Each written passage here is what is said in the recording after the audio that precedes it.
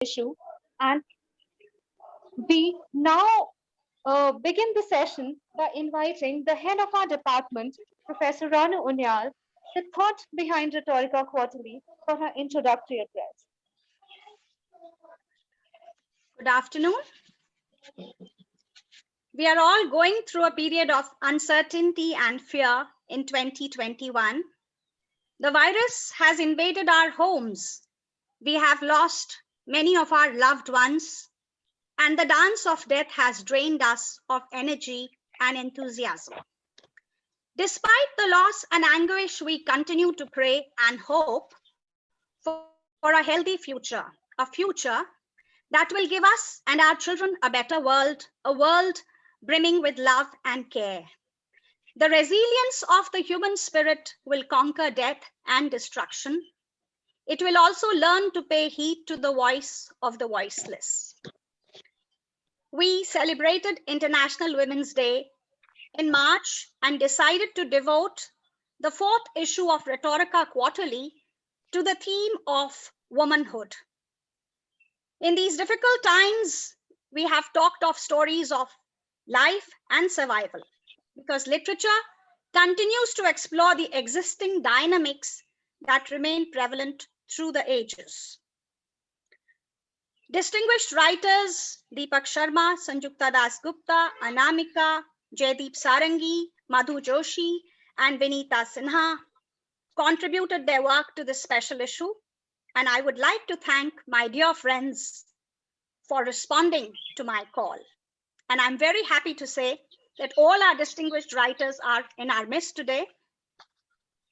The first lady to head the Department of English and Modern European Languages, Professor Rooney Chatterjee, was associated with the Department of English for nearly 4 decades.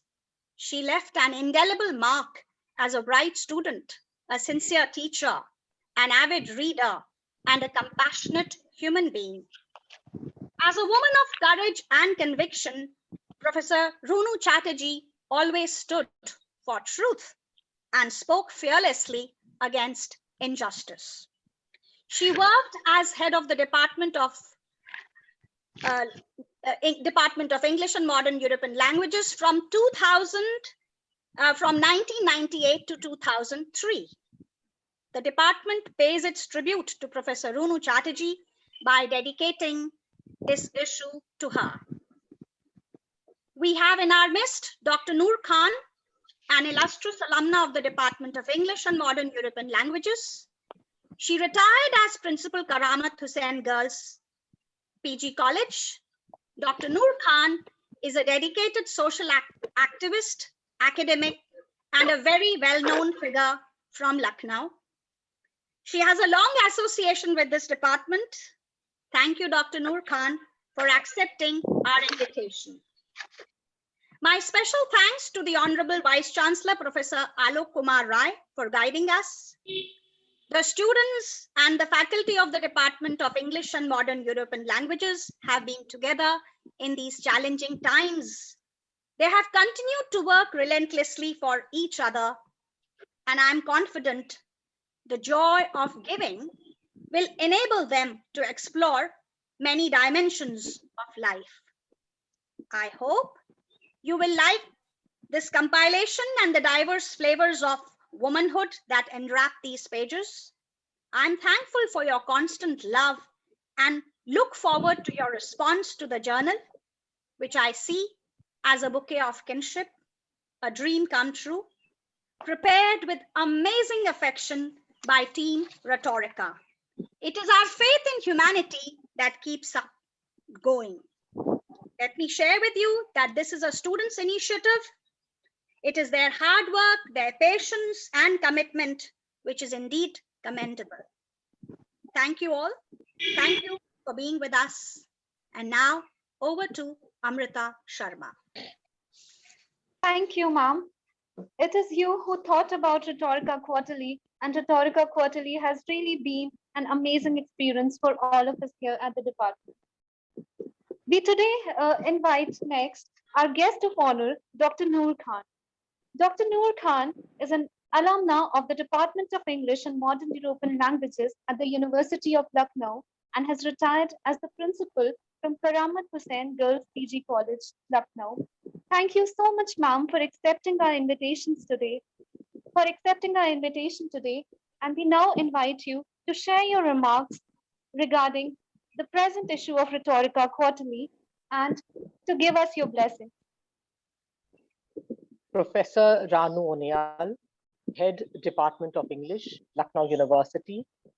Congratulations on the launch of the 4th issue of the literary journal Rhetorica Quarterly, theme Womanhood.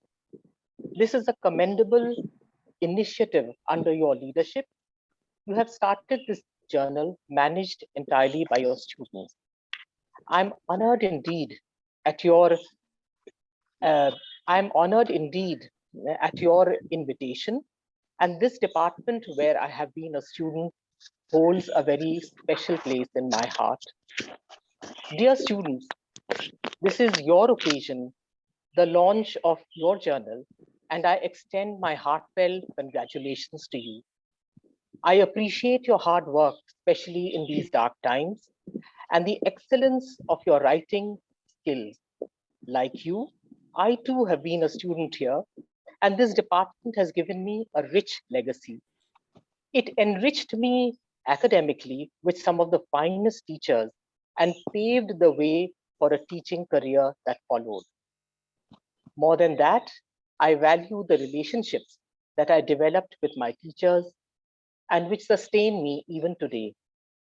In the course of my, to give an example, I would say, in the course of my teaching career at Karamat, we had applied to the university for permission to start MA classes in English.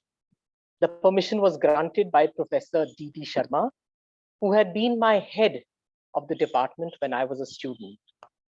A few years later, when we required to apply for a permanent affiliation for the same, my teacher, late Mrs. Mohini Manglik, was instrumental in getting the approval.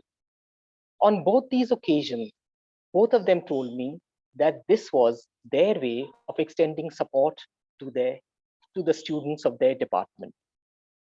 So, dear children, the department is there for you, not just till the time you are students, but it will be your support system throughout your life. So establish your credibility by being sincere to yourself and to your teachers.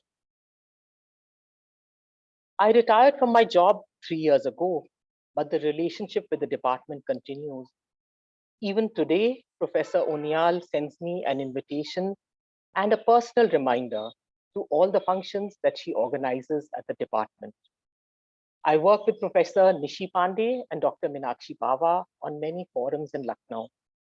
I value my relationship with Dr. Fatima Rizvi, a former colleague, and Professor VP Singh, I consider as a Guru Bhai. Both of us worked under the same supervisor for our doctoral thesis. This issue is dedicated to Professor Rooney Chatterjee, the first lady to head the English department. I never had the occasion to be her student, but know her as a respected faculty member of the English department. However, I have fond remembrances of her visit to Karamat College when she came as an examiner to conduct the Viva Voce for our MA students. As I scrolled down the journal this morning, I saw some beautifully written pieces in verse and prose, some photographs depicting the many interpretations of womanhood. The opening poem in this collection, titled Field Felling by Sanjukta Dasgupta, becomes all the more poignant with Bahuguna Ji's death last week. I can also see some familiar names among the contributors. So a word of greeting and my salam to Dr. Deepak Sharma and to Dr. Vinita Sinha. My best wishes to Professor Ranu Onyal, the editors and co-editors of the journal, and to all the contributors. It has been wonderful sharing the platform with you this evening.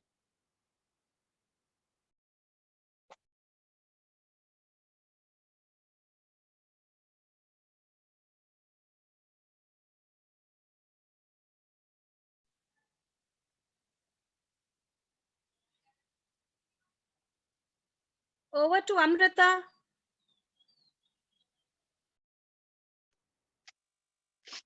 Thank you, ma'am. Thank you so much for sharing your words with us today. Thank you for accepting our invitation on behalf of all of us at the department. Thank you once again.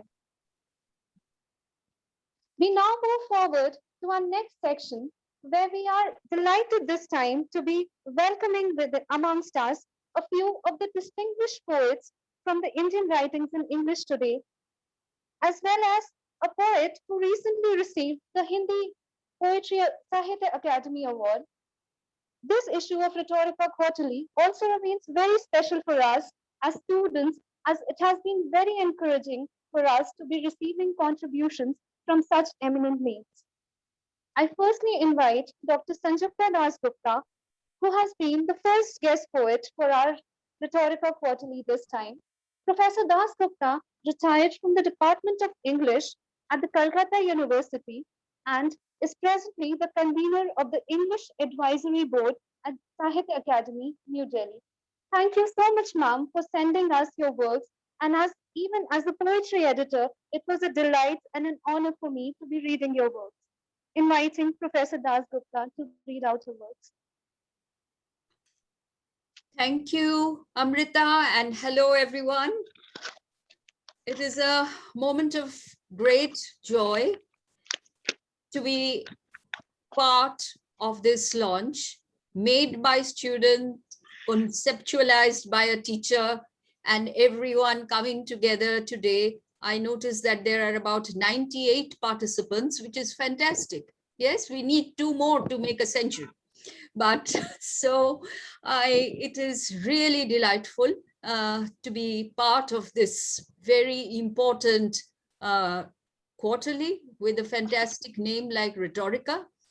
And the reason why I say that it is important is the fact that it is through critical thinking and creative imagination and creative expression that we can not only represent the world around us, the world before we knew it to be from available history and documentation, and the world in front of us, which we hope will also be a world which will be secure, peaceful, harmonious for the young students today, and they will be able to usher in a 21st century, which would be a harmonious, inclusive, diverse exchange of ideas, and also a commingling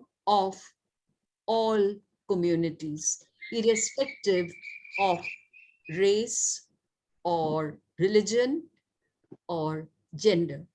And of course, Rhetorica Quarterly, this particular issue is dedicated to womanhood. And Ranu asked me to read the poems which are published in Rhetorica Quarterly. So I will start off with what Professor Noor Khan just referred to, failed felling. And of course, Professor Noor Khan, being an activist, immediately caught on to the fact that the poem that I will read is considered to be the movement which addresses the Chipko movement of 1973, is now considered to be an eco-feminist movement that really was a pathfinder, because this movement was totally led by women, and the enterprise of the women standing absolutely unarmed in a Gandhian way, like a satyagrahi, absolutely unarmed, facing the land mafia, facing the timber merchants, facing the timber contractors, and saving the trees like as a mother would save her child. So I'll read the poem. Failed felling. That night, they did not sleep. Their men slept and snored as they crept out of their huts. They giggled and whispered. They slowly walked towards their forest with its many tree gods, many secrets stored in the roots and branches, laughter and love in the rustle of leaves. The shark-like jaws of the electric saws waited impatiently to fell them, to kill them, the timber mafia, the land grabbers, the illegal miners, reveled in the murder of forest sentries. The women of the village each hugged a tree, clinging, embracing as securely as adhesive. They clung on in intimate union, embracing the tall, proud, silent trees, like Radha clinging to Krishna. Cling on, dear sisters, hug as tightly as if it's the last day of your lives. Chipko, Chipko, resonated the voice of their leader, Gaura Devi, as the women passionately clung to the trees like lovers, as women hugged the trees like mothers. No word or force could tear them away from their beloved trees. Thank you.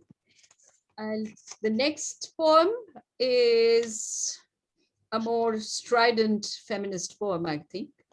It's titled Home Words. But then, home is about grinding hunger pangs, desolate mothers as caregivers. Remember Pather Pachali, Eta? Frustrated fathers, abusive, alcoholic grandparents with bed sores, siblings who often act like Godzillas, nagging, newly hatched, cherubic infants who drive their parents up the wall. Home is about the clash of old age and youth.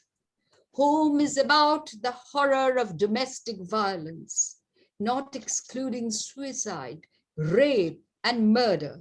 Home is about sexual assault and child abuse. These are the closely guarded secrets embedded within the scary, sacred space of home. A roof over one's head is not home. It is an in-need safe house. It is a heartless structure.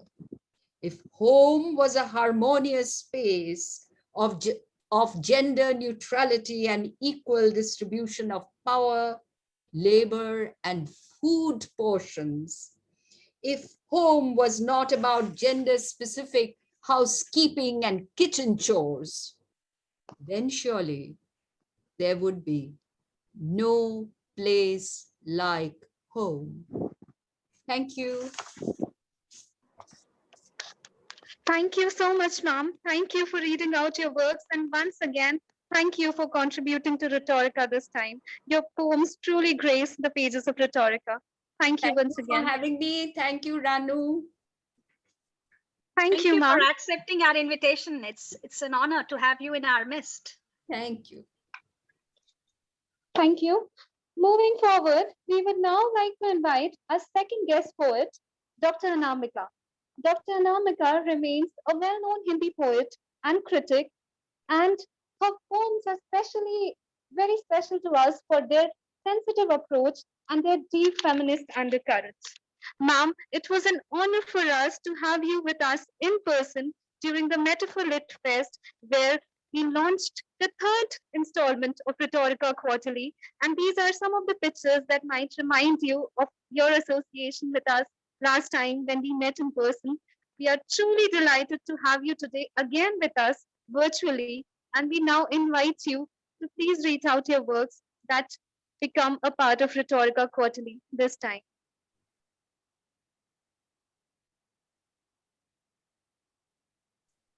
Inviting Anamika, ma'am. Anamika, you'll have to unmute yourself. And Dr. Vinita Sinha is also here with us, and she has translated Anamika's works. So, Amrita, it would be nice if you could invite Dr. Vinita Sinha as well and introduce her to the audience, because they'll be reading simultaneously. Oh, yes, ma'am, surely. Dr. Vinita Sinha is an associate professor at the Indraprastha College for Women, Delhi University, and remains a well-known researcher, poet, and a translator. Thank you so much, ma'am, for giving your translated works of Anamika ji for our issue this time. And we invite Anamika, ma'am, the author, and Dr. Vinita Sinha, the translator, to read out the works. Thank you so much for this circuit of energy that you've built, dear children. I mean, I was flipping through the pages of your wonderful journal, and some of the articles and poems were so outstanding. I was really delighted, and I felt like being with you once more. So, Vinita ji, should you begin or should I begin? What do you say? Should I finish? Yeah, I think the original should go first and then the Okay. translation. कमर धनिया। काम के बोझ से कमर टूटी जिनकी, उनकी भी होती कमर धनिया, चाहे गिल्लट की होती लेकिन होती, झन झन झन बजती वे, मिलजुल कर मूसल चलाते हुए, 10 रुनझुने मिलकर पूरी अंगनैया झनका देती, 36 तोले की थी जिनकी, उन बेगमों में भी चलती एक मजेदार सी कहावत, इतना भी धीमे क्या बोलना, आप बोले कमर धनी सुने। 57 की जंग में बेगमों की करधनिया भी बेमोल ही बिक गई, अब कमर धनिया नहीं है, कमर अब कसी है इरादों से, और औरतों ने आवाज उठा ली है दादियों की बात मानते हुए, कि ऐसा भी धीरे क्या बोलना, आप बोले कमर धनी सुने। मोती जैसे अक्षरों में कसी है उन्होंने सारी कमर धनियों की रुंझुन, फिर भी तो रह रह कर आ जाती है नौबत ऐसी ही खुसुर खुसुर की, कि आप बोले कमर धनी सुने। बोलने नहीं देते आका, शब्दों का पड़ जाता है फाका, ऐसे में अपनी दादियों को हम याद करें बूढ़ी कहावतें, इतना भी धीरे क्या बोलना, आप बोले कमर धनी सुने। बोले मुंह खोले जरा डट कर, इतनी बड़ी तो नहीं है ना दुनिया की कोई भी जेल, के आदमी की आबादी समा जाए, और जो समा भी गई तो वहीं जेल के भीतर झन झन झन बोलेंगी हथकड़ियां, ऐसे जैसे बोलती थी कमर धनिया, मिलजुल कर मूसल चलाते हुए। धन्यवाद। Should I come in, Ranu?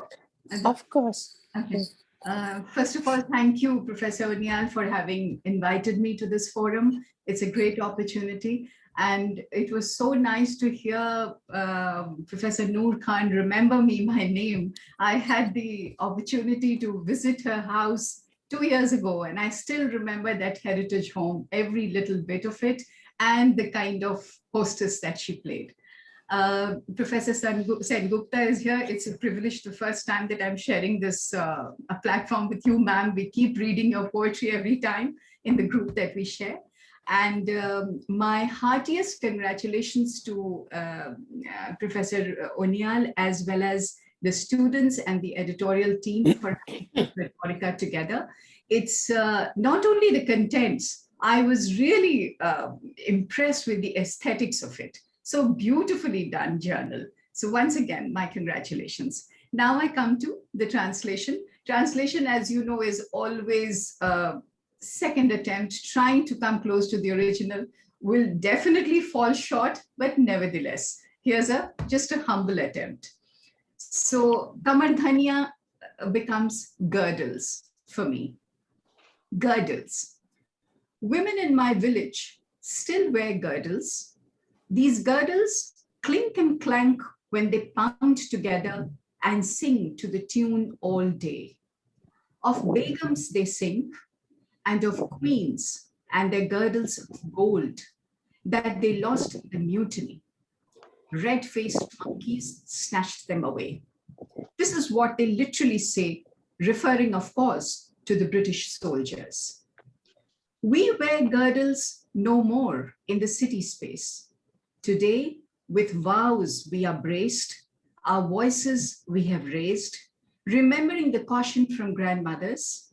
Where is the word when in a muffled tone, with necks bent low, you murmur, and none but the girdle hears what you say?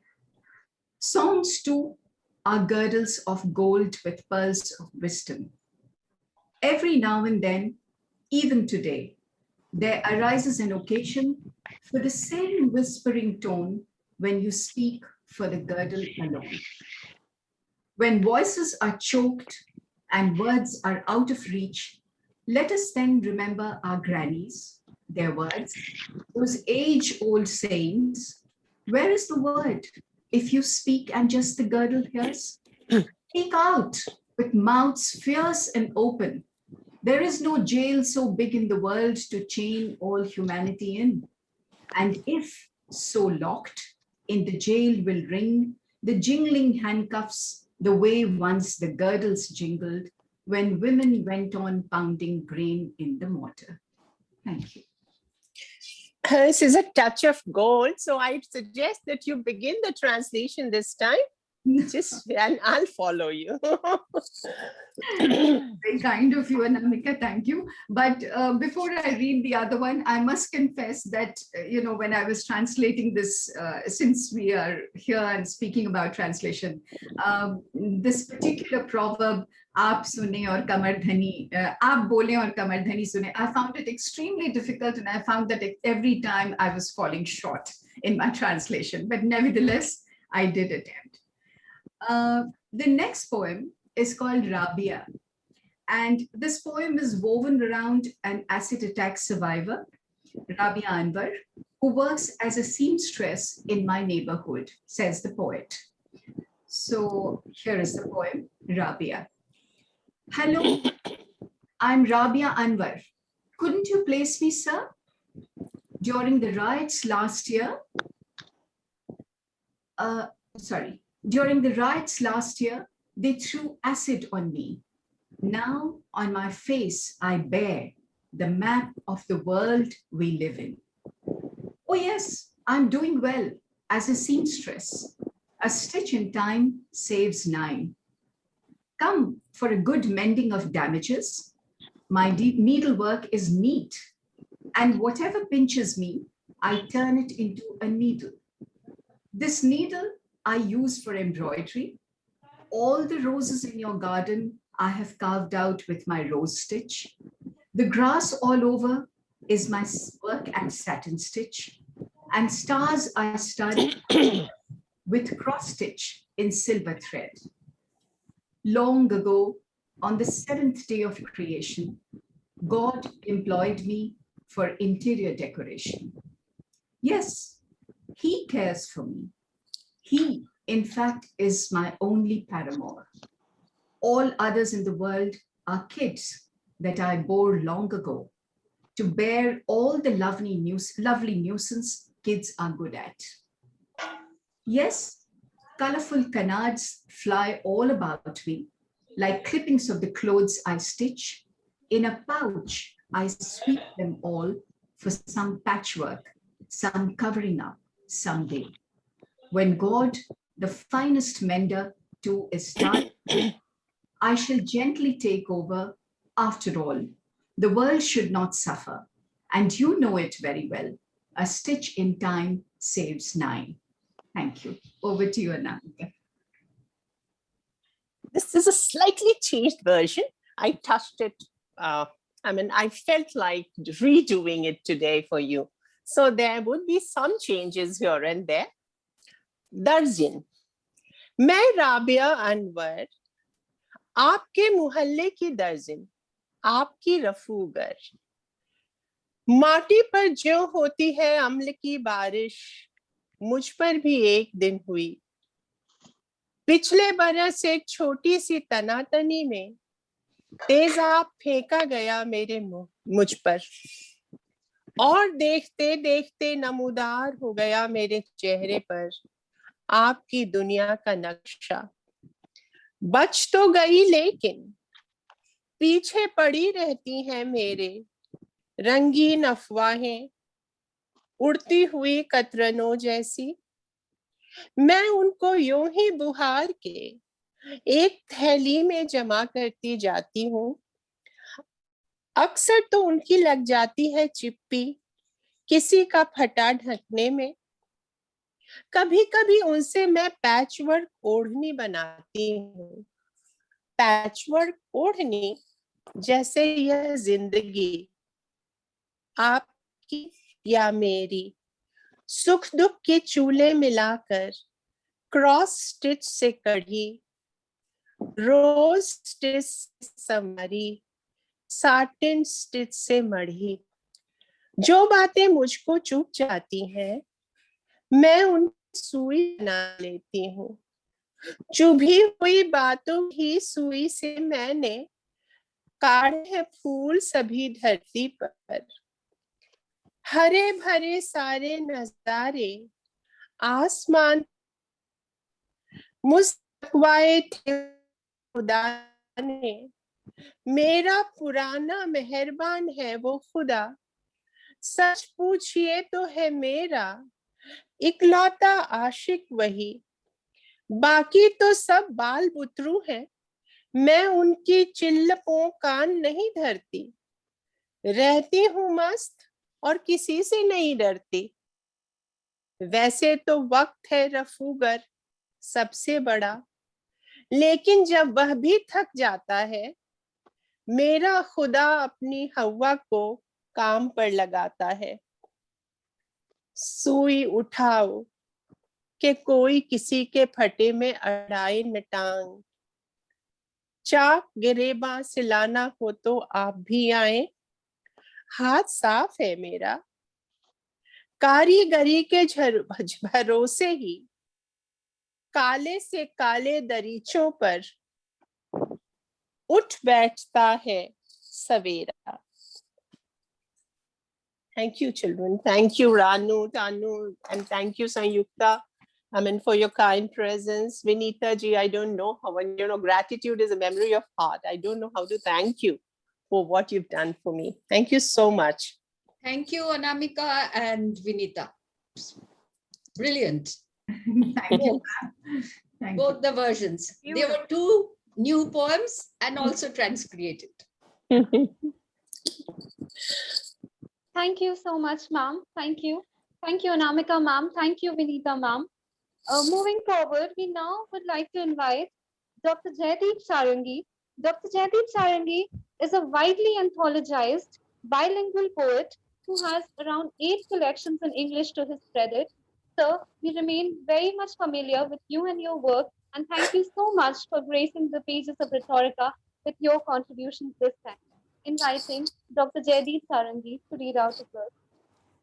Thank you so much, and it's really wonderful to listen to some wonderful translations and Anamika reading own poems, and we are a fan of Anamika's poetry, and wonderful translation by Vanita. So what a beautifully it has been done. We were just mesmerized.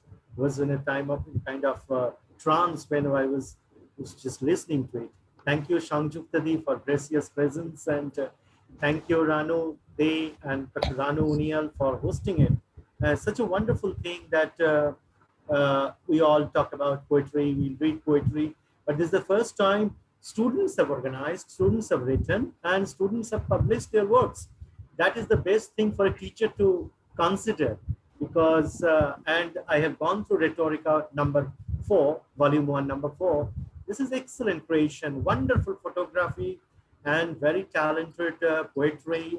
And there are Every page has the aroma of great talents, some stamp for future poetry housed in Lucknow. So Lucknow has a gharana, has a tradition, and Rhetorica goes with that. And thank you, Noor Khan Madam, and all great stars of poetry today who are reading their poetry. And we are very fortunate. We are sharing the same platform, listening to each other. And I'm really grateful to Ranudi for this invitation. And I'm really honored. And more power to your pen. You don't use pen to fingers of all your students who have contributed and voluntarily and worked together, worked hand in hand for coming up with Rhetorica volume 1, number 4. It means a lot because writing is the power for tomorrow and what we have witnessed in all these writings and paintings. So congratulations to the Department of English over there, all teachers, Randy especially, and for mentoring all students. Thank you, all students. Keep up your writing spirit. My first poem, My Mother. Possibly all of us have written something about our mother some point of time. My mother. Rain disappears, dancing joyously on long wares like a rope dancer. Whichever weather rolls on, gives all cloudy juices, creating a land of poetic romance where coy fairies descend to dance. All for you, mother, all for you, mother. The ship sets off on a maiden voyage. The voyagers carry their memory luggage. Everything that takes place in the dark theater foreshadows the mysteries of nature. All for you, mother, all for you, mother. These nights' normal acts. My ill-timed sleep breaks secret doors, howl through the night, looking for its mother. My ill-timed sleep breaks secret doors, howl through the night, looking for its mother. Second poem, House of Hope. Trees wearing my spirit. Rice has got strange wings. Memory carries me to strange lands, wild as bushfire against a darkening crowd. Rain breaking everything, all laws, all wishes, only wishes. I am held by new promises with colors of soft morning rain. My horse is waiting outside uncertain fates. Blue waters of oceans after the quarantine keep me a stranger in the house of promises. My third short poem. Very nice. Thank you. She painted home. A silent order of alphabets, a progression bit by bit, dancing the spirit from yesterday to tomorrow. Today is just a stopgap, welcoming on board. There's always she in my ways, behind me, flowing, inspiring. She says, there is no time to lose, painting my old dismantled home. Thank you so much. Thank you. Thank you. That's wonderful. Thank you, sir. Thank you so much. And once again, we would like to thank all our guest poets, Professor Sanjukta Das Gupta, Dr. Anamika, Dr. Vinita Sinha, and Dr. Jaideep Sarangi for taking out their time today and sharing their works and reading out their works for us today. Thank you so much once again. Moving on, Rhetorica Quarterly, Volume 1, Number 4 is the fourth installment of Rhetorica. We began this issue last summer, and the entire editorial board has been working together under the guidance of Professor Unyal to bring out all these 4 issues. For the entire team, it has been a beautiful journey, and I now invite few of the members of the editorial board to share their experience with us. Firstly, I would like to invite Ansh Sharma, the fiction editor, to share her experience and journey with Rhetorica so far. Thank you, Amrita. Thank you, Professor Unyal, for giving me the opportunity to be a part of the editorial team of Rhetorica. I would like to thank my co-editors, the present co-editors, Savan and Ayushi, and also Shivam and Akanksha, who were a part of the editorial team for their constant support. It has been a source of learning and an exploration of the art of presenting one's innermost thoughts on paper. The contributions come from people we know. So, to have an insight of how one's life shapes their literary output stands us in good stead, not only as scholars and researchers, but also as humans. I wish the entire team of Rhetorica a bright and long future of many more meaningful volumes of presenting the kaleidoscope of human experiences. Thank you. Thank you, Ansh. I would next like to invite Rupa Mishra to share her experiences. Thank you, Amrita. It was a wonderful experience working on the 4th issue of Rhetorica Quarterly, and with this issue, we also complete the first volume. That is a great achievement. We must be very proud of ourselves on this. Being on the non-fiction editorial team, I had the most delightful experience reading various streams of thoughts that were poured onto the paper by our friends and contributors. This made the section a unique compilation of a variety of opinions and experiences, all based on the theme of womanhood. So Megha Negi, one of our contributors, she narrates her personal experiences in her write-up. Mansi Yadav traces the journey of an independent entrepreneur from our own city. Ponso Kane shares insight about young women from her motherland, Lesotho. Amrita Sharma ponders over cosmetics and consumerism. And Anam Saraj, through her buildings Roma, she traces a journey that every girl can resonate with. And these are just a few among the many. I sincerely thank my friends Suswagata Chaudhary and Nikita Yadav, who were the co-editors, who were also the editors in the non-fiction team, and all the other editors and contributors who have made the issue possible. And we look forward to many more contributions in the future and a bright future for our journal. Thank you. Thank you so much, Rupam. I would next like to invite Ekta Gupta, the book reviews editor, to share her experiences of working with Rhetorica. Ekta. Yeah, thank you, Amrita, for introducing me. I'm honored to work with such a group of intellectuals. I am the editor of book review section, and I would like to thank my sincere and talented co-editors, Maria Khan and Pragya Tiwari. I have been a part of Rhetorica Quarterly for past 2 issues, and it has been a really enriching and enlightening experience for me. The stories I came across during this exercise reminded me of what French feminist Simone de Beauvoir once said, that one is not born but rather becomes a woman.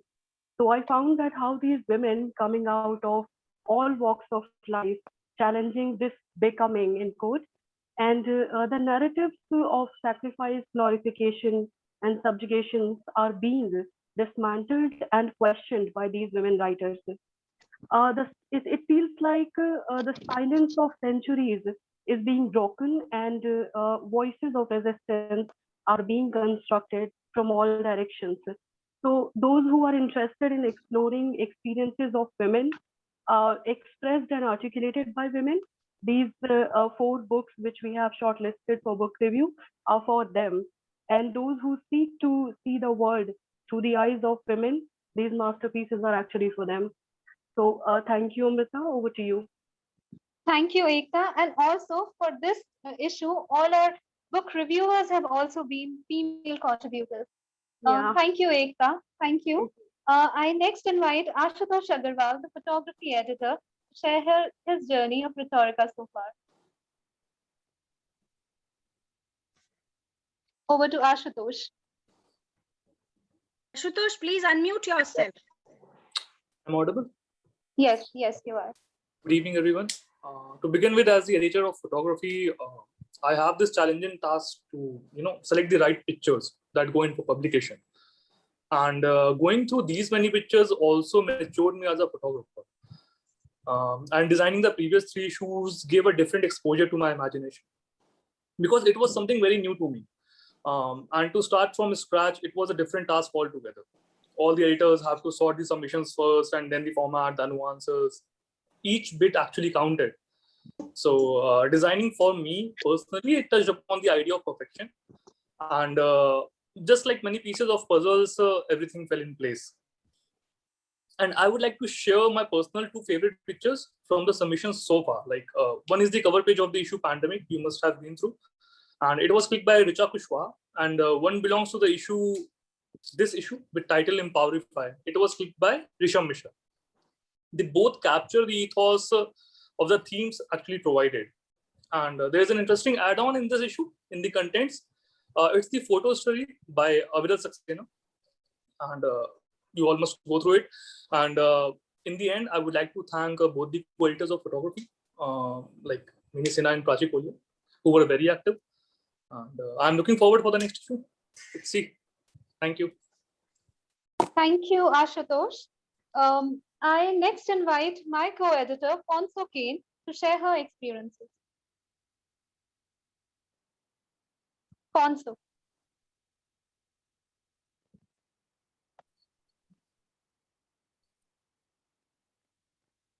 Thank you very much, ma'am. I feel honored to have been given this platform to share my experiences with you all. When I was first asked to join the editorial board of the journal, I was engulfed with great fear. As the only foreign student of the team, I was afraid of working with the natives and of the kind of work that I would be expected to do, wondering if I would be able to deliver. But then I remembered the words of the former president of South Africa, Nelson Mandela, which say, in quotes, "I learned that courage was not the absence of fear, but the triumph over it. The brave man is not he who does not feel afraid, but he who conquers that fear." I have been a member of Rhetorica since the first issue, working alongside Rita Ma'am as the chief editor, and the then senior student Rupa Mishra, now working along with Abhijit Singh as co-editors of poetry section. All have been supportive and I have learned so many things from them. Since joining the team, my horizons have widened so much through working with the seniors and the experienced people of various areas of work. I hope I'll still have the opportunity to contribute to the journal even when I'm back at home. Thank you so much. Thank you so much, Ponso. And I would like to add in here that it had really been an amazing experience to be the poetry editor for myself. And I also would like to thank Ponso for being not just the only foreign student as a part of the editorial board, but also an amazing person to work with. Thank you so much to all my co-editors for sharing their experiences. Moving on, we now move on to the poetry reading session. We have with us a few of the contributors of the poetry section who would like to read out their contributions to this issue of Rhetorica. Without any delay, I invite the first contributor, Jaya Upadhyay, to read out her work. Jaya Upadhyay is a PhD from our department and a present recipient of the Harrison Middleton University's Fellowship in Ideas 2021. Inviting Jaya to read out her poem. Hi. So my poem is A Clockwork Madness. Last time I peered into a mirror, I saw a figurine of madness, a clockwork madness, a boggart that peered back, an image, one like the mad woman in the attic. It reached out to me, showed me the space in the center of her being, a fettered sea, a silenced tide. Enter this madness, she told me. This is you, this is I, and each woman, I and you besides.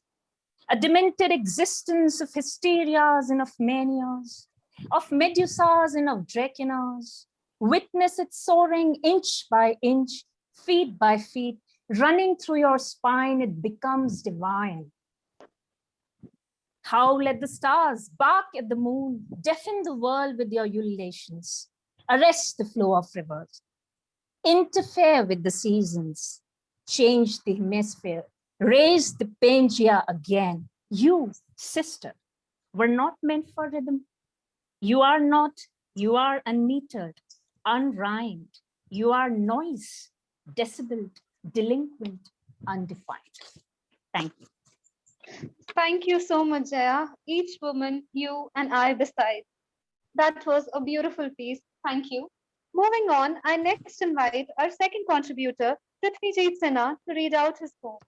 Prithvijeet is an alumnus of the Department of English and Modern European Languages and a prolific writer who also writes his blog, An Awadh Boys Panorama. Inviting Prithvijeet to read out his poem. First of all, good evening to all of you. And I hope you all are keeping in the best of health and are safe and the care of concern of your loved ones. I've titled my poem Ma, which I feel captures the purity of the theme that is womanhood. And so here it is. Ma. To walk on this earth is to burn one's feet. To be a mother is to survive raging fires and surging seas as whiplashes. To be a woman past 30 moons is to bear the earth in wombs and tackle the bubble of life bursting at the last minute. It happens sometimes. The umbilical cord breaks and a little body is held up for one bright minute to be named by everyone around when terms of endearments and titles team and play with the future of the earth.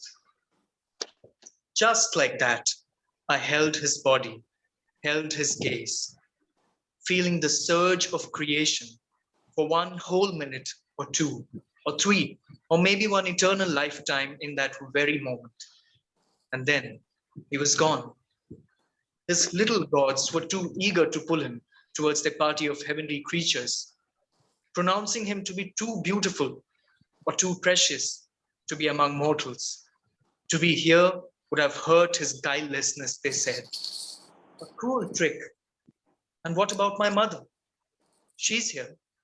And without the waterway of tears, her heart is awash with the way she felt when she held him close to her.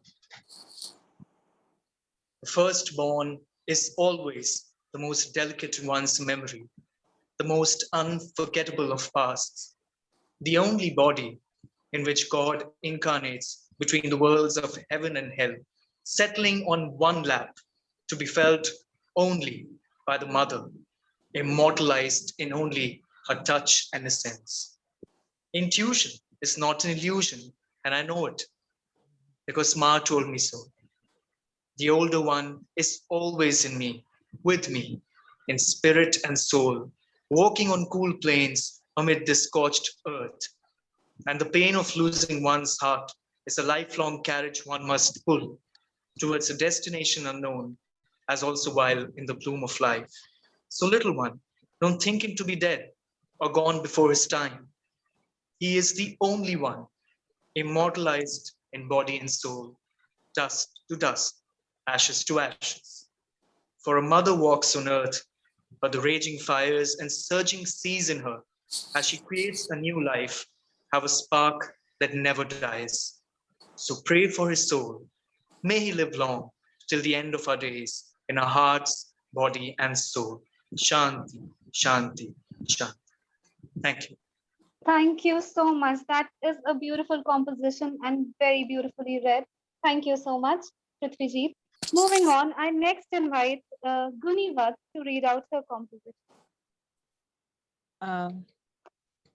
Good evening, everybody. The title of my poem is Devi Kamakhya, Bleeding. She sits atop a hill, the brown stone goddess, bleeding. She squats and part her legs, the yoni splattered with red, bleeding. No cloth, no pad, no shame, a wild, wild woman untamed, bleeding. Her blood feeds the earth, melting your hearth, bleeding. The red of life preserved in a menstrual cup, bleeding.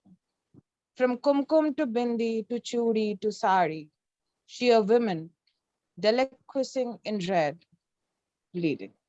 Thank you. Thank you, Guni. I next invite Pranchi Kolia to read out her poem. Good evening. I'll be sharing the poem Terra.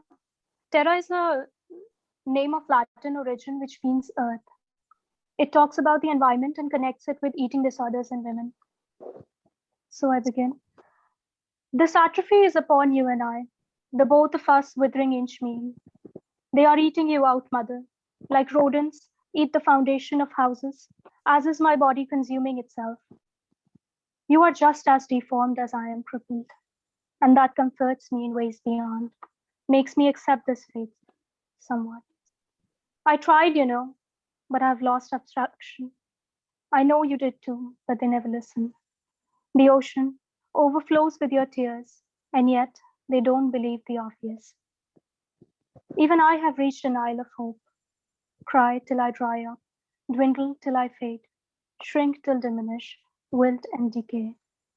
Not just dying, but slowly wasting away. This atrophy is upon us, mother. You and I, the both of us. Thank you. Thank you, Prachi. Thank you to all our contributors who joined us today to read their work. Thank you, Jaya, Prithvijit, Guni, and Prachi.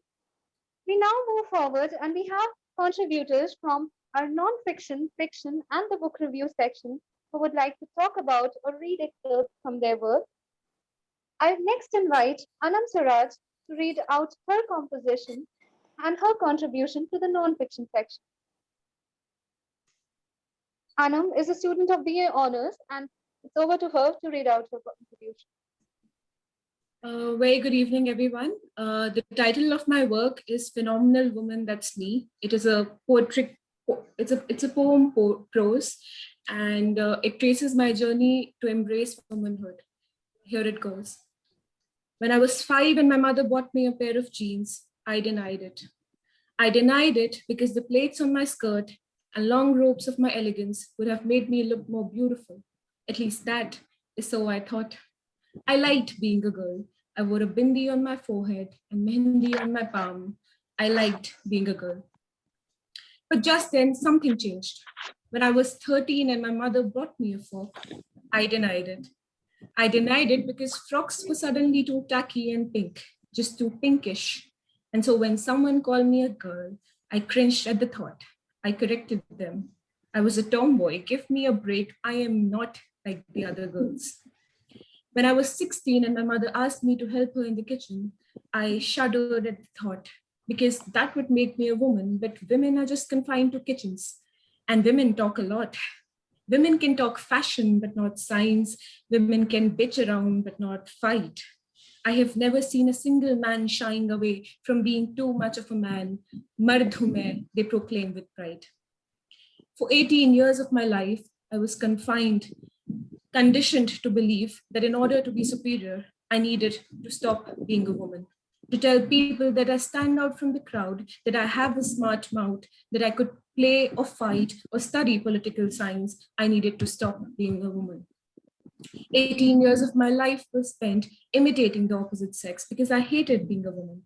I hated being looked upon as someone who could not have a smart mouth because she has a vagina. I hated being objectified by people's opinion on the shape of my breast. I hated the discomfort that I felt on being in a room full of men. But now I have realized that no matter where I go or what I do, I would always be a woman, and being a woman is the only and the best thing I know. Because a woman can be anything she wants to be. She can be sensitive enough to hug you, but strong enough to lend you her lap to cry. She could feed you and lead you. She could break your heart, but mend it too. So now, when I walk out of the door, I spot my curls and wear my bindi because I am like the other women, and the other women are phenomenal too. Thank you. Thank you so much, Anam. That is a beautiful composition. Thank you for reading it to us today. Moving on, I next invite Megha Negi to read out her contribution to the non-fiction section. Megha Negi is a research scholar at our department and talks of her own perspective as a woman and as a mother in her contribution. Over to Megha. Good evening. Thank you, Amrita. My article is entitled as Let's Talk About Fairy Tales. I wrote this article with my conversation with a 6-year child whose impromptu question after listening to all the fairy tales was that why all the fairy tales have the same ending of a prince being savior for the plight of a princess and how at the end they both are getting happily remarried. This made me realize that how since ages children are listening to the false predefined notion of women and the functioning of this society. Women in these tales are often presented as damsel in distress, or often their enmity between the two leading women characters is highlighted. But women are more than these prejudiced definitions, and I believe that children should be introduced with broader aspects of womanhood. I found my answer with my child's query when I watched the contemporary movie adaptation of the Disney's classic fairy tales. With time, fairy tales have also evolved, and Frozen and Maleficent are such beautiful movies which talks about a more progressive themes. They celebrate the spirit of sisterhood and women's solidarity. These are some contemporary and important aspects of womanhood which are often neglected. These movies are examples that fairy tales cannot be confined between a love story of a prince and princess. They presented that women should be presented as confident and sharing a strong bond with other women. Since fairy tales are the initial steps of a children perceiving our society, so it is our responsibility that they should be introduced with better picture of women and her role in our society. Thank you. Thank you, Megha. That's very well said. Thank you. I next invite Vidamini Vikram. Vidamini have contributed a book review to this issue of Rhetorica. She has reviewed for us the Kali Project, an anthology by women poets, and I now invite Vidamini to share her experience of reading the Kali Project as a female reader. Thank you, Over to Amrita. Vidamini. Yes, thank you. Am I audible? Yes, you are. All right. Good evening, everyone. The Kali Project, true to its name, is truly a project. It's not just a group of pages bound together in a book, but it's a political statement, it's a creative statement, it's a collection of very real experiences that make reading it an experience in itself. Indie Blue, which is the publishing house behind this project, is a very recent publishing house. It started in 2018, and the content that it has promoted so far is very fresh, very fearless, even blasphemous at times. It breaks taboos on a number of levels and therefore perhaps resonates with our sensibilities in 2021. I think the book is what it is because of its very interesting and eclectic editors. Megha Sood is an Indian poet and writer, and Candice Louisa Daquin is a biracial, bicultural, Jewish gay woman who captures, obviously in her life and also in her works, the complexities of the female existence. The Kali Project proves that protest can be graceful and powerful and effective at the same time. It can be muted yet loud. It can be feminine and aggressive, just like Kali. No wonder the book is called what it's called. The metaphor of goddess Kali has been explored throughout the poems in a number of ways. The untapped energy, the uninhibited energy of Kali, and the ambivalence of masculine and feminine tendencies that she represents, the vacillation between creation and destruction, all of this has been captured throughout the poems. With your permission, I'd like to read a part of my review to paint a clearer picture. The Kali Project is an attempt to curate a space where women are given back the power to narrate their own experiences, tell their own stories, share their personal choices, biases, and whims, rather than these narratives being controlled by middlemen such as the media or socio-cultural discourses. As a result, what comes through is not a monotone of the plight of the Indian woman, conflating numerous life experiences into a singular narrative of oppression, but a dynamic, realistic, and autobiographical orchestra of voices that brings to light the infinite variegations of the female existence. The anthology is multidimensional in more than one way. It contains poems by women of a vast spectrum of ages, professions, and subject positions. In terms of form as well, they're interspersed with graphics, illustrations, and sketches. And the poems themselves vary from fragmented to cohesive forms. The poetry flows through drastic contours, moving from theme to theme, leaving no space unexplored. As a reader, perhaps more so as a female reader, one goes through the anthology rapidly shifting between a range of emotions like anger, determination, passion, exhilaration, and catharsis. A connection and identification with the visions of these women established, which perhaps only poetry as a form could facilitate. A poem by Usha Kishore titled Kali attacks the colonial gaze that expects even progressive thought to come in neatly packaged and easily comprehensible tags, which obviously the primeval energy of the Kali defies. So I'd like to end by reading that poem out. How can I portray you as a goddess here? They would not comprehend your mini skirt of severed arms, your garland of demon heads, your serpent bracelets, your vicious fangs. Perhaps they would appreciate if I portray you as a scantily clad third world feminist, fragrantly flaunting comely breasts, slender waist and shapely thighs, your lithe body, dark as night, reveling in sensuality. A woman boldly crossing boundaries, eluding all definition. Thank you. Thank you, Vidamini. Thank you for sharing your views about the Kali project. I am sure your book review would prove an incentive for our readers to, go back to this anthology and read more of it. Thank you so much for sharing your points in this. Moving on, I next invite Vishakha Sen, a PhD scholar, to talk about her contribution to the fiction section. Over to Vishakha.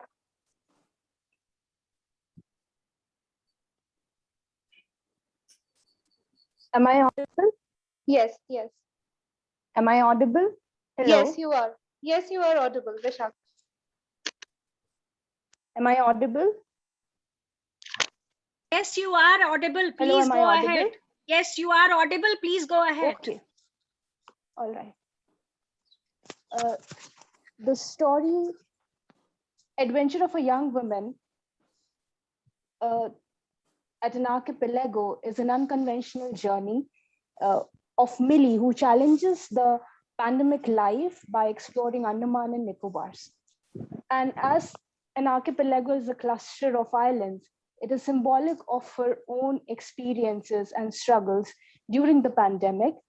Now, as enticing as it is, throughout her journey, she constantly faces a conflict to choose between Shinogambo, that is death wish, and Shinosoro, that is fear of death. Now, the story unravels how Millie defines adventure that itself contains initial inertia, uncertainty, and a fear until a person lives the experience that is beyond life and near death. And towards this journey, when she chooses parasailing as an adventure for the day, she comes across all the experiences and people, and she has questions to answer that the readers are to explore when they read it.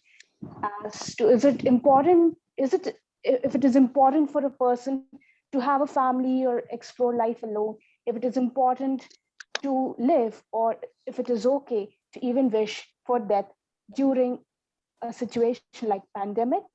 And that's how the story unravels towards the very end, when she comes across a child who, through her mother, realizes and initiates a process of limitation, of not letting fear lose us, not letting fear or difficulties defeat us. And that's how she chooses between Shinogambo and Shinosoro. And I think she chooses something else that is for the readers to explore. Thank you. Thank you so much. Thank you, Vishakha. And these were our contributors sharing their works with us and talking about their contributions to this issue of Rhetorica. Thank you to all our contributors. Lastly, I would now like to invite Aviral Saxena, who has designed this issue of Rhetorica Quarterly. And as Sanjukta ma'am also pointed out, I'm sorry, as Vinita ma'am also pointed out, that it is the aesthetics of the magazine that also stand out along with the content. Aviral is a visual storyteller and has studied documentary photography at the Sri Aurobindo College of Arts and Commerce, New Delhi. He is currently a student of our master's program and has also recently established the Relic School of Art and Photography in Lucknow. So now inviting Aviral to share his experience of designing this issue of Rhetoric. Over to you, Aviral.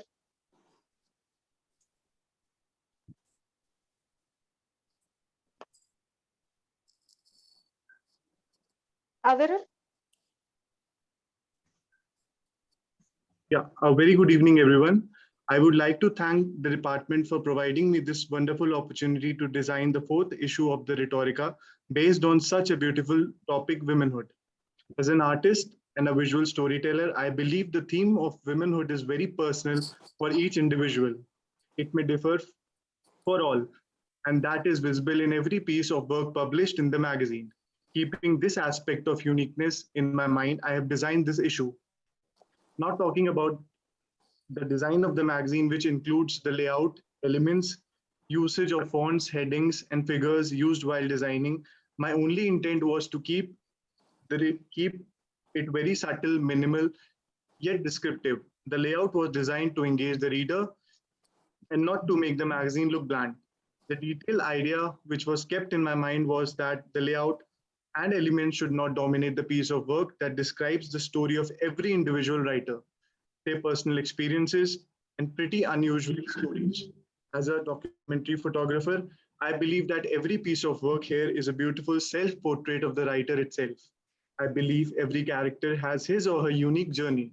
It projects their deep emotions and aura with experiences shared in their creative manner. It gives me immense pleasure to be able to contribute with my experience and skills to bring out the best of the design and pay respect to every individual writer through my layout and designing. In the end, I would like to congratulate the entire team of Rhetorica. Being a part of this wonderful team as an individual, I promise to continue to contribute the same in the future editions of the magazine. With all positivity and hope, I believe that with this and the next issue, we will take the magazine to the new milestone and continue the journey with all optimism, as I believe best is yet to come. Thank you so much. Thank you, Aviral. Thank you. It is indeed a beautiful layout and a fresh look to the last installment of our magazine. Thank you for sharing your experience here. I now invite Dr. David to propose the formal vote of thanks.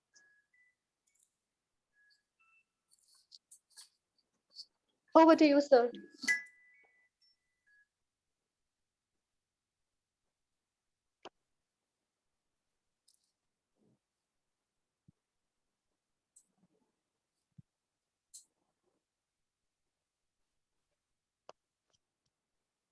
With this, we come to the conclusion of our program today. With this, the Rhetorica Quarterly, Volume 1, Issue 4 is now open for our audience, and I now invite Dr. V.M. David to propose the formal vote of thanks.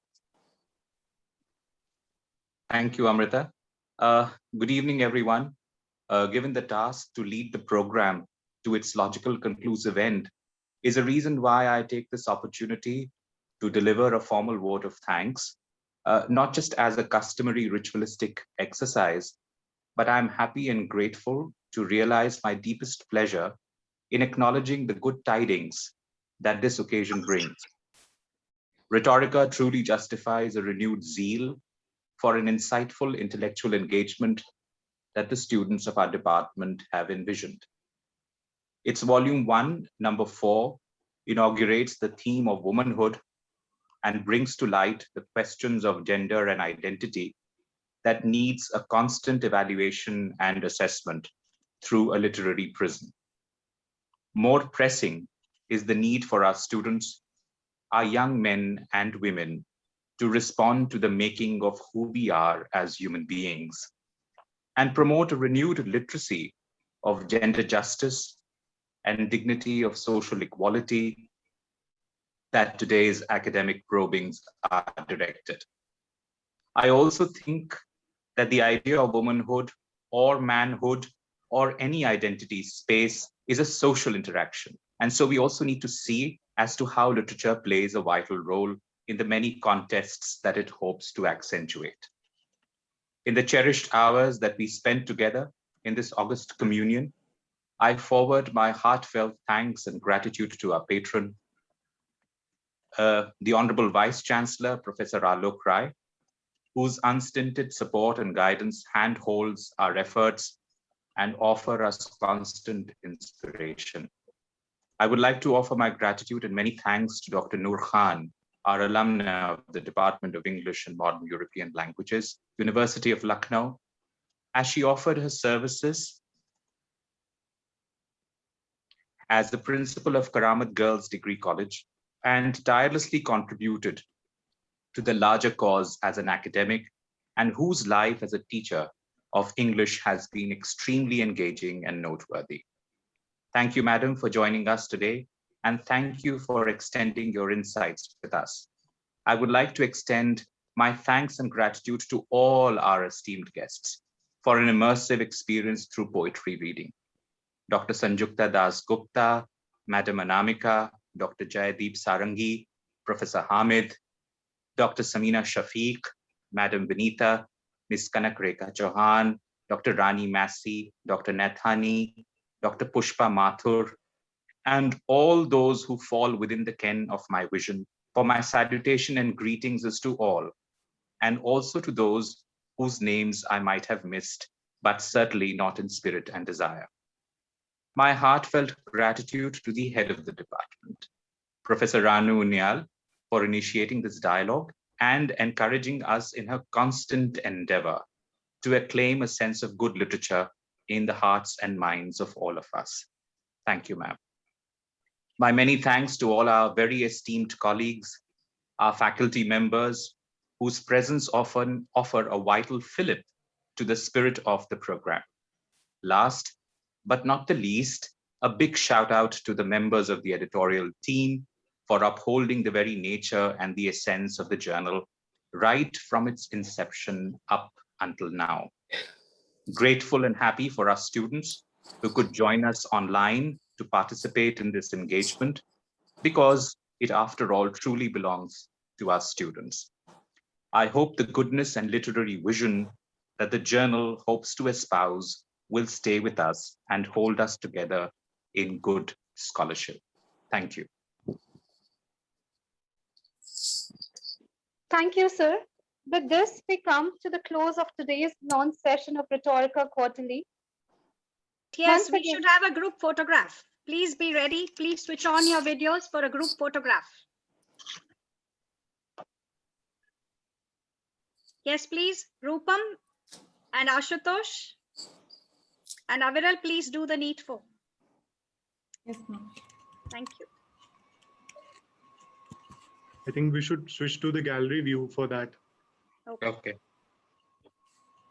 Yeah, the host can do that.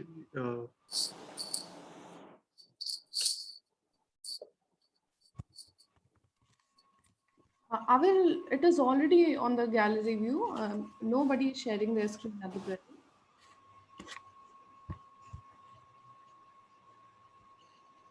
I have taken one screenshot. Yes, please.